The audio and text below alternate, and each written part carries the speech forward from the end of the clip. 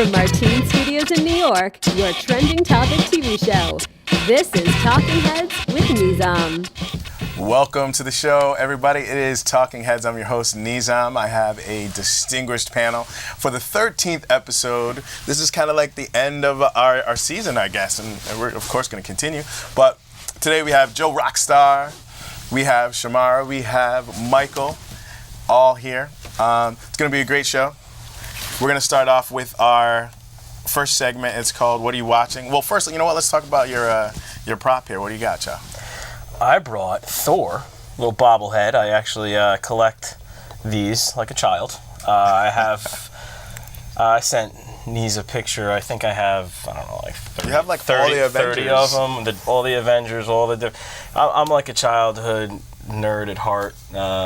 So I hang on to these guys, collect them, and they're couple bucks a piece, and I have my office wall has a bunch of them. There's swarms. Just bought my Comic-Con tickets nice. for October. I'm excited about that. So yeah, little a man-child, nerd boy, I guess. Well, give me a couple shows. What are you watching on TV right now? Oh, watching on TV. Just got into Penny Dreadful, which is on Showtime. I'm always into the quality programming on HBO and Showtime, and Penny Dreadful is a show about the literary past horror stories such as Frankenstein and Dorian Gray, the Immortal, and werewolves, and I think they're going to eventually touch upon the Dracula aspect of it, but it's all tied into a show written to tie it in similar to almost like a Renaissance style True Blood. It happens in the late 1800s, but it's darker, deeper, and nastier. Okay. And, like True Blood's kind of, you know, if you've ever watched True Blood, it's kind of like the popcorn, pop culture version. Oh, really? Yeah. This is like a deeper, darker, older version. I like it a lot. Man, True Blood final season's on HBO right now. Shamara, where's your? Did you bring a prop? Oh, why? Yes, I did. Oh wow! Let's talk about this. What is this prop. thing? What is this? This is a cheerleading megaphone. Oh, you're a cheerleader, right? I was a cheerleader at my alma mater, Good Counsel Academy in White Plains. And you're a coach now too, right? I was coaching Good Counsel for about 11 years, and we use this in our routines. The reason I brought this is because New York State finally is recognizing cheerleading as a sport. Yeah. And I guess pops all around. I know coaches are very happy. There are a lot of teams in Westchester County that are very competitive. They rank nationally. They go to nationals in Orlando, Florida, Walt Disney World. So there's a lot of competition going on. And I know we have different schools are going to start doing tier type levels. So you have to move on to one to go to the next and then eventually make it to a regional competition. I'm very familiar with that. I announce for cheerleading competitions all over this great nation. Right. Yeah. I think I saw something from the East like Coast to the Facebook. West Coast. Yeah. Yeah, they're a lot of fun. So I'm a proud coach. And I'm happy for the schools. And I think definitely, I went to University of Maryland. My college was the first college to recognize cheerleading as a sport. Oh, so nice. Finally, New York has become one of the 38, I believe, states in the United States who recognize cheerleading as a sport. Oh, nice. So that's my prop. Go Terps. Good Counsel, they have a nickname? No. Mike. Or mascot. Mike, what are you watching? Talk about your prop. Whoa, I'm losing my mic here. My Where'd prop, your well, mouth this is actually a borrowed prop. It's a reflection to something we were talking about last week. I turned 40 a couple of weeks ago. So you're decrepit So the Grim now. Reaper is quickly creeping up. I have another live prop, but I think I'm going to leave that at bay for the moment. Okay. Try to unveil that at the end of the show if possible. All right, if we have time. What are you watching? What are you watching on TV right now? Well, I just finished. I was watching this great series actually on YouTube, and I got through episode 13 last night, Talking Heads. Oh, man, of course. Well played, sir. Are you really going to give a show? I'm going to give it a shot. All right, what's your shot? I've been watching this dynamite, action-packed, suspenseful, edge-of-your-seat, ultra-competitive, international program that even infuses cannibalism into the mix. The World Cup. I've been fascinated I've been absolutely fascinated. Wow, Well done. Well Oh, done. that was Impressive. excellent. Thank you. There's definitely some really good acting in Oh my God! Oh, why did you bring up? Let's not I talk love about the it, please. cannibalism reference. That's Very episode good. 26. Don't talk about the World Cup and the acting, and it's just so dramatic. I don't know who's worse, if it's the basketball players or if it's these soccer players, man.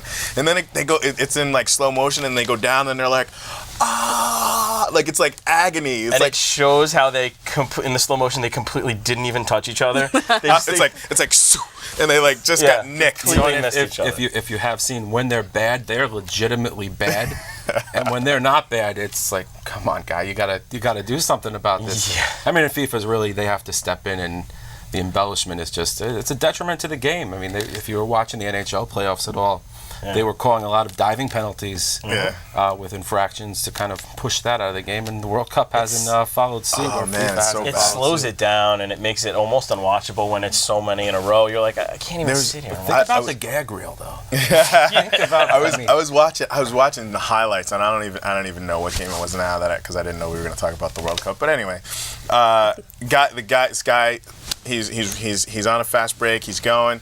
He gets slide tackled, but he gets the ball out in front. Does like a tumble. Jumps up, keeps going. Another guy hits him, boom, like barrel rolls, jumps up, keeps going, and then he gets a shot on goal and he scores. And I was like, the first time everyone thought he was gonna stop. The second time everyone thought he was gonna stop, but he had the ball, so there's no offside, so he just kept rolling. He had the ball, so he didn't want to play it up. Yeah, he was like, I'm out. But all right, let's move on. Let's get started here. All right, so there's a kid in Harlem. He started his own sneaker pawn shop, teenage kid. Shamara, why don't you talk about that? How do you feel about this pawn shop and this little entrepreneur doing his thing? So having a brother who pretty much collected sneakers all throughout his teen years, and I think he still does today, but I remember going into our basement and we would have a wall filled with Nike boxes, and they're all different types of sneakers. He must have spent hundreds of dollars on some pairs. Altogether, probably thousands. But the purpose of the sneaker pawn shop, from what I saw online, is that it gives children, or anyone actually who owns sneakers, an opportunity to cash in on what they bought, or what they previously purchased, or what they've worn maybe once or twice, depending on the condition. I know that the guy who started the pawn shop, he actually pawned his own sneakers to be able to fund his business. And I think his total amount was about $30,000 that he put into it, and he was able to cash in on his sneakers. So my brother, I've been trying to encourage him to either start his own pawn shop and do the same thing, or sell his own sneakers, because I mean, some of these sneakers are like, I know down in the city, you'll see people online around the block, around the corner, waiting for like the newest pair of Jordans or whatever's coming out next. Yeah, it's and crazy. they're so much money, but they're sneakers, and they wear them maybe once or twice, and then they stay in a box. So now at least there's a purpose, and you can actually make some money off of them. So I think it's a great idea. Yeah. I would like to interject with just this concept. The pawn shop idea was what he said from what I read online was that he wants to give people a chance to, if they need the money, to pawn their shoes, Right. and then get the money and then come back and buy them. But my question is, if you don't have the money, why are you spending the money on sneakers? You know, maybe later you don't have But the maybe money. you bought the sneakers before. Like, I know he mentioned one kid had to use the money to pay for his brother's funeral. Another kid, someone else used the money to move from the Bronx to Brooklyn, or vice versa. And I know someone else used the money towards a wedding. So these are sneakers that, like my brother, for instance, he bought pairs of sneakers back in the 90s that he still has. That are still crispy. That are still crispy clean in the box, tissue paper folded neatly. Maybe I It's can't the, relate because I don't. the condition. I don't ever keep not a sneakers. Like sneaker. that. I think what it is it's just, I mean, it's just like a pawn shop. It's just like a regular pawn shop. It's a unique idea because it's sneakers, but it's like, I need the money now. Some of the stuff that I read, it's like somebody needed money for prom or something like that, and it's like, I need the money now. Like it's people that are working. It's not like they have their EBT card and they bought their sneakers and now they need money for groceries or something like that. That would be a little ridiculous. Or at least I didn't read anything like that. But it's like, I need the money now, for prom, and I mean, it is what it is. It's a pawn shop, so it's like I'm on the fence. But ever since like Jordans came out, it's just like it's been flipped, and it's just such a commodity. And even in the hip hop culture, Air Force Ones, and I've always, for me anyways, taking care of your sneakers taking care of your sneakers for me was because I want them to look fresh. I don't want beat up sneakers, and I don't know when I'm going to get another pair. So I need to take care of what I have. And then, kind of as, with that mentality of I'm going to take care of just my stuff, like you should take care of all your stuff. Right. But with sneakers, it's like when you were able to kind of be like, oh, well, I'm going to go get some sneakers. It's like, oh, well, I need a fresh pair of white sneakers for the summer, So it's like if I see a pair of white sneakers in the winter or wherever, I might buy them and put them in the closet. Thank God for Chuck Taylors. And then the All Stars. I'll never wear those. But I think it's a different mentality. You know what I'm saying? For me, anyways, it's definitely about looking good. It's definitely about taking care of the things that you buy. And it's also kind of having what you want. I Collection. like that people can go get them discounted though, like you know what I mean, like the resale value. Like if you don't come claim your shoes, then he can sell them, but he's obviously not going to sell them at the full retail value. Right. So if someone wants to get certain pair of Jordans, they can go check that store out, and maybe they'll have them in their size, and they're not paying the 200 and whatever. Maybe they'll get it for 100. So that's kind of cool. I kind of buy into that. Yeah. That I'm into. That's pretty cool. Or you have a lot of people that are into collecting them. So someone's looking online for a certain pair that it's probably really hard to find. Meanwhile, someone's come into this pawn shop and he's bought them from the person for half of what he's going to get from the person online that wants to buy them. Yeah. So I think it was a very, very good idea. Mike, what do you think? Yeah, very innovative. I mean, I'm really still kind of flabbergasted over the fact that people are spending so much money on shoes because they're identifying with the shoe as far as instead of the shoe being something useful for them, like as a performance mechanism. I just was thinking back to the whole Stephon Marbury program with the Starberries that were selling for like $20 a pop. Well, he did that. Right. Because again, I think there was a big element of criminal activity with expensive sneakers in the inner cities and kids getting robbed, on the subways or whatnot. So, as a way to kind of diffuse or shift the attention away from, I don't think it really worked out so well. But yeah, I mean, sneakers are a major industry, and the cost to make the actual shoe. Oh, it's terrible. It's terrible. I mean, I was just reading. I guess it was about 6 months ago. I got the Costco magazine. And Costco had their Kirkland sneakers, and they had a big article on their Kirkland shoe, and it was fantastic about all the materials and the innovation and the research and the actual company that was producing the shoe for Kirkland to turn around and sell it for $19.99. Now, the only people walking around with Kirkland sneakers are senior citizens. So it's but it was a Fila sneaker, and the performance aspect of the shoe was like absolutely impressive. And if it had a Fila label and Fila was in vogue right now, it would be a $150, $160 shoe without a problem. It's unfortunately it's demand. You know? When it's kind of like real estate. It's like somebody will come along, and just because they can, or just because they think, it's the free market at its finest. Yeah, I mean, it's absolutely. Supply and demand. All right, let's move on because I want to talk about this. And Joe, let's go to you. Okay. They have a or then they don't have it, but they're working on a thorium car, and basically this is a car that will run for 100 years on 8 grams of fuel. And this is new, but it's the technology has been around for a while, and I don't know, Joe. Let's start with you. All right. What I've heard about this is that the idea of thorium energy being used as a nuclear form of energy was developed along in the Manhattan Project days and the nuclear reactor days, and it was in the running to be the number one choice. But what happened was somehow the uranium end of things got developed faster, of how to harness and use the energy. So it jumped ahead in everything. They were like, well, we got to that quicker, so let's just go with that. And and the stability of it Okay. There was one thing about, I just wanted to correct you on, with the Manhattan Project, and first of all, there's a need, I think, to separate the difference between enriched uranium and nuclear warheads versus nuclear energy. But that was the exact reason why I think nuclear is a bad word. It was scrapped because it was not enrichable, and they were not able to then convert it into a nuclear warhead type of. They couldn't use it for the two. Yeah. He's right. They couldn't use it for the two purposes. Thorium was thorium just went to the strictly an wayside. energy source, whereas the uranium, you're right, thank you, Michael, could be used as an energy source, and then the byproduct or the secondary thing that would come out of it would be the warfare end of it. But as far as clean energy, thorium was the front runner, and for some reason it just got thrown to the wayside, and everybody moved on for 70 or 80 years, and some scientists sat up and said, we have vehicles. We're running out of gasoline, first of all. The prices are going through the roof. You're $4.89 on the highway right now, a gallon. 10 years ago, it was $2, $3. It's just insane.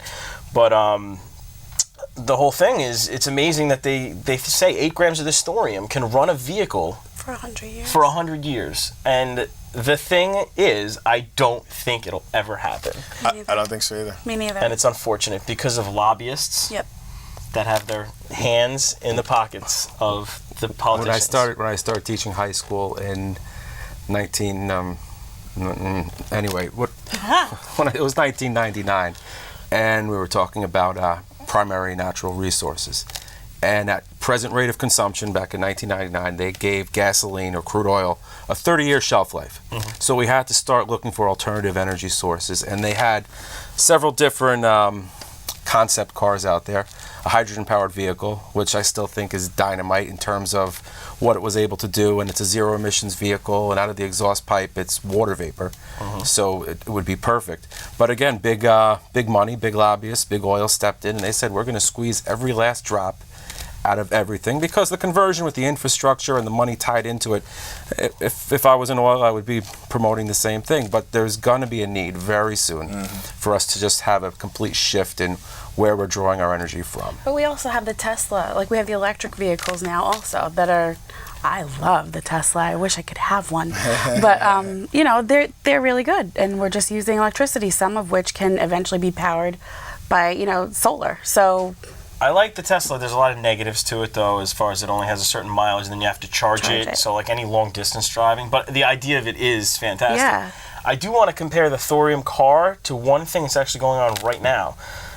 Thorium, gasoline kind of thing, like cigarettes and e-cigarettes. If you're paying attention to what's going on with that, like the e-cigarettes, the vapor cigarettes, they're healthier. I mean, they're not necessarily healthy, but they're definitely a healthier alternative to smoking.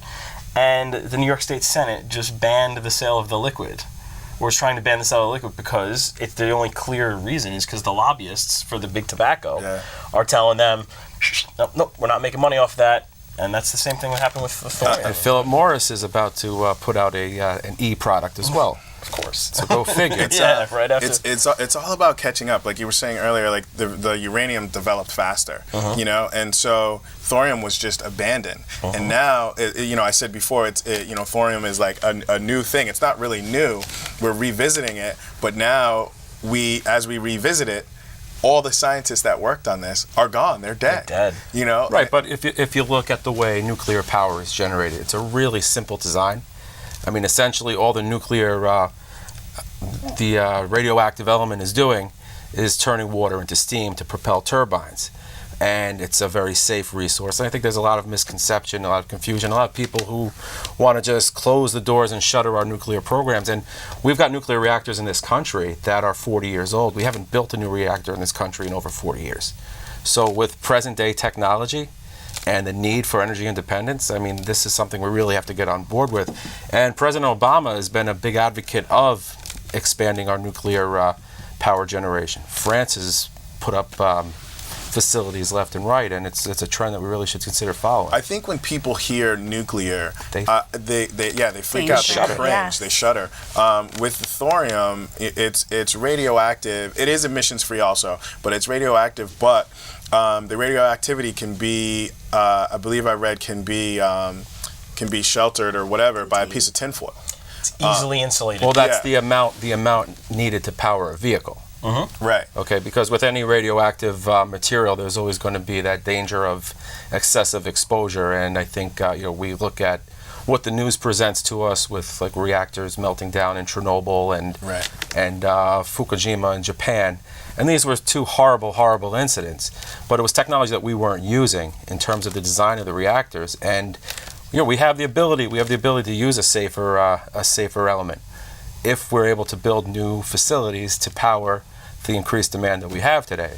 So again, it's a matter of allowing technology that's present day to be implemented so we can catch up and get ahead and be energy independent, which would pull us out of a hell of a lot of entangled alliances that we're involved in now. I don't know about that, because the abundance of thorium is still overseas. It's I want to say it's Iran. I should have had notes today, but the abundance is offshore. So we'd be going from like one evil to the next evil. Dependency to another. From one dependency to the well, next. Again, I'm not going to claim to be an expert with anything radioactive, but there are many different types of elements that they could use to generate the power that they need. And again, the reason why they got onto the uranium was because of the ability to enrich it and to turn it into a warhead. And now conversely, a lot of the decommissioned warheads, they're taking that fuel and using it to power the nuclear reactors that are still operating. Cool. But imagine the cost of these vehicles. Do you want a vehicle that's gonna, first of all, do we need a vehicle that lasts 100 years? I don't know if any of us will. My grandfather's 101, so maybe I will, but who knows? Maybe you could will it like a house, though. Exactly, that's true. I would imagine that if the theory was the fuel cell would last 100 years. So if you were, like anything else, a car is going to have wear and tear items. Right. Maybe you could transfer that fuel cell into a new vehicle with new technology and with safer braking systems and airbag operational, so on and so The forth. cost just seems like it would be crazy. We could talk about this. We should revisit it at some time. But I got to talk about this guy, Jeremy Meeks, the felon who is Hashtag Felon Crush Friday. So Stockton police out in California, they put his mugshot on their Facebook for some reason, and social media went crazy. And now he's being offered movie deals and modeling deals and whatever. Who wants to start on this? I think it's ridiculous. We opened the show with "What are you watching?" And I was watching Game Show Network, and there was a great Dick Clark show, $10,000 pyramid. Right. And do you remember the way it used to work? Yes. And let's see, let's play a little bit. It's the Kardashians in the Hamptons, Justin Bieber getting arrested, TMZ. Jeremy Meeks, things we don't care about, things we shouldn't care about, Things we shouldn't care about. And great-looking guy, but I mean, it just goes to show you that a felon is a felon is a felon, and we can't get swept away with looks or appearances. It's all about the hashtag. I personally didn't even want to give this topic any attention. I kept seeing the picture of this guy come up on the news and on Facebook. I was like, I'm not even going to pay attention to it, because I couldn't believe that anyone was even saying, oh, hey, he's a felon, but he's cute. And no, I really don't care how he looks. He's a felon, period. Whatever he's been put away for, let him stay there. And I just didn't give it any attention. Yeah, it's kind of like when you see the situations with the female teachers having the inappropriate relationships with their high school students, and the guys sitting around, oh, look how beautiful she is. Back in my, I wouldn't have said a word. No, it's let's get past the visual and let's look at the substance of the issue and what's going on here. It's a mugshot. Yeah, exactly. That Hello. speaks for itself. It wasn't a photo booth at a wedding it was a mugshot. And this is his second time, I think, Third. going back to jail. Yeah, third time. I think it's a weapons charge, weapons possession. They call him a street terrorist. Felony weapons charge. Yep. And he's been in and out and in trouble since like 2005. And I've been following the story, and now like his mom has come out, and his mom is like his look. He's a victim of his looks, and he's a family man, and like the wife is getting upset. She started a fundraising. She's not too happy. Yeah. She's pissed. And his mom started a fundraising page for him. You know that, Yeah, right? but as far as I know, they raised less than 500. Yeah. So perception isn't exactly reality in this thing. I think people are talking and they want to make the jokes and stuff like that. But let me ask you this. Why? I don't understand why the Stockton police are putting these faces on Facebook. Why are they posting? And I couldn't really. I tried to search it, but it didn't say what the policy was or like what like. But what good reason? Like if they already caught them, why are you putting? You know the way things go viral. I mean, someone gets a hold of it and passes it on to someone else, and that someone else turns into 10 others, and you just multiply and multiply and multiply, and it's social media at its finest. But the police put it on. It's not like somebody got. It's not like I got it. I think Maybe it is all public record. Any mugshot It is all taken. public record. I mean, I just got in my mailbox about 2 days ago all the convicted child predators, sex offenders living in the 10-mile radius or whatever. I can understand that, and that's closed circuit kind of sorta, and it's not in the. But my thing is the police. They put all 4 of them. I think there's 4 of them that got caught or something like that. They put all 4 of them up, and social media, went in on this guy. But I just if it's one thing, it's like, hey, we're looking for this guy. He did this thing, and you put his picture up. I understand that, but it's like, hey, we caught this guy on felony weapons charges. Look at his eyes. Like what? I don't understand. They're excited. They're proud of what they did. But I guess. But it's just I couldn't. And that's about this story. That's the thing that kind of got me, and I couldn't figure out why they're putting these guys on. It's a waste. It's a good question. But all right, we got a couple seconds here left. I want to do a segment called "Do You Care?" So basically, I'm going to ask you if you care. You can say yes or no, or you say yes or no, and if you feel like you have to explain, you can. One of the so the first one I'm going to go with is Frozen because everyone is going nuts over this. Joe, do you care about Frozen? I have 2 little girls, of course I have to. Do you care about Frozen? No. Do you care about Frozen? DJ, who just ran across the studio at the beginning of the show, that was one of the songs they sang at their kindergarten Stepping Up. Oh, so, man. I cared. It's still popular. All right. Oh, the Rangers. Do you care? A little bit. So yes, a lot of my friends are diehard Ranger fans, so I got to care for them. Ditto. Same exact reason. It's over. I cared until they were eliminated. It's now over, let's. It went down bad. It was like the Titanic. Well, It was an ugly It was showing. bad. You go back to the beginning of the season. Nobody expected them to be anything but a playoff doormat team, and they really put up a show, and it was fantastic being a Ranger fan in New York. Yeah, for a little while. I got into it a little bit. Lundqvist. I love that guy. He's great. All right, I had a couple more, but we got to get out of here. Thank you so much, Joe, Shamara, Michael, for coming out to the show. You can check us out on WPCommunityMedia.org. Just scroll down and look for Talking Heads or look for one of us in the little picture. And we'll see you real soon. Thanks for watching. Affection.